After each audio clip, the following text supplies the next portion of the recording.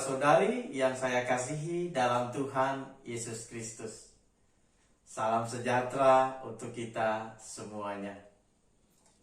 Hari ini saya mengajak kita semua untuk meluangkan waktu kita sejenak merenungkan firman Tuhan sebagaimana yang tertuang dalam kitab Kolose pasal yang kedua, ayat yang ke-6 sampai dengan ayat yang ke-15. Saya mempersilahkan saudara-saudari membaca ayat demi ayat dengan seksama. Saya membacakan ayat yang ke-6 dan ayat yang ke-7. Bunyinya seperti ini. Kamu telah menerima Kristus Yesus Tuhan kita. Karena itu, hendaklah hidupmu tetap di dalam Dia. Hendaklah kamu berakar di dalam Dia dan dibangun di atas Dia. Hendaklah kamu bertambah teguh dalam iman yang telah diajarkan kepadamu. Dan hendaklah hatimu melimpah dengan syukur. Demikian firman Tuhan. Saudara-saudari yang saya kasihi dalam Tuhan Yesus Kristus. Ibarat sebuah pernikahan. Seorang pria menerima seorang perempuan menjadi istrinya. Seorang perempuan menerima seorang pria menjadi suaminya. Lalu mereka mengikrarkan janji setia. Setia sampai maut memisahkannya. Apakah dengan menikah mereka berdua tidak pernah akan tertawan oleh pesona orang lain yang ada di luar sana? Naluri manusia akan mudah terpesona oleh apapun yang menarik di hadapan mereka. Namun, mereka juga harus berhati-hati. Jangan sampai mereka tertawan oleh pesona lalu terperangkap dalam pesona itu hingga hancurlah pernikahan mereka.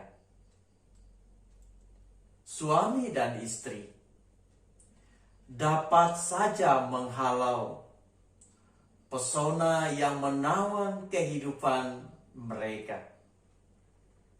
asalkan mereka mau sama-sama menumbuhkan cinta kasih mereka, sehingga semakin hari mereka semakin dikuatkan satu dengan yang lainnya, sehingga rumah tangga mereka menjadi kokoh.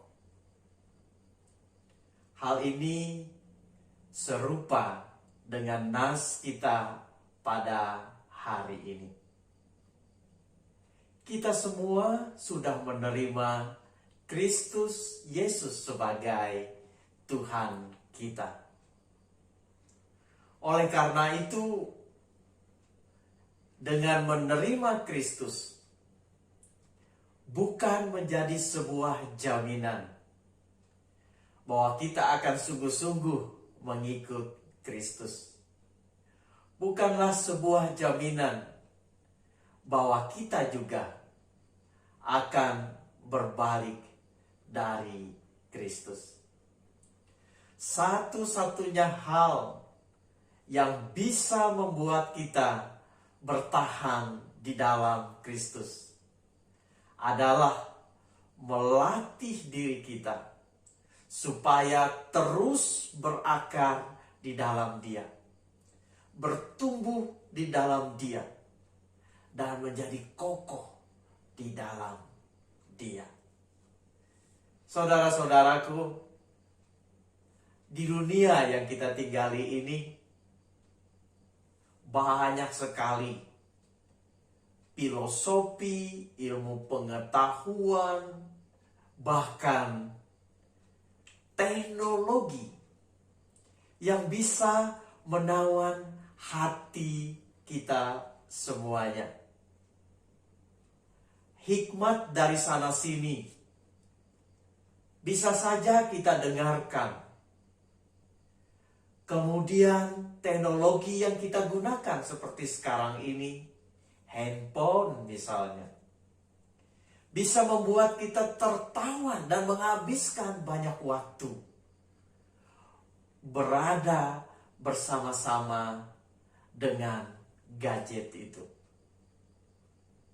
Inilah yang dimaksud oleh Rasul Paulus, bahwa apabila kita tidak berakal, maka dengan mudah ilmu pengetahuan, filosofi, teknologi membuat kita tertawan, kita terperangkap di dalamnya. Sehingga bukan perkataan dan kehidupan yang sesuai dengan Kristus lagi yang kita hidupi dalam diri kita, melainkan kita telah meninggalkan Dia.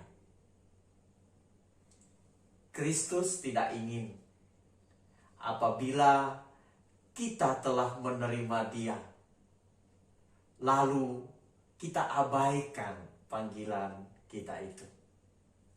Dia ingin kita bertumbuh.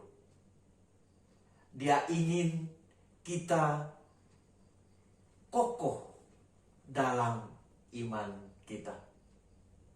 Oleh karena itu, saudara-saudara yang terkasih di dalam Tuhan, jangan pernah tinggalkan Kristus yang sudah kita terima menjadi bagian dari hidup kita.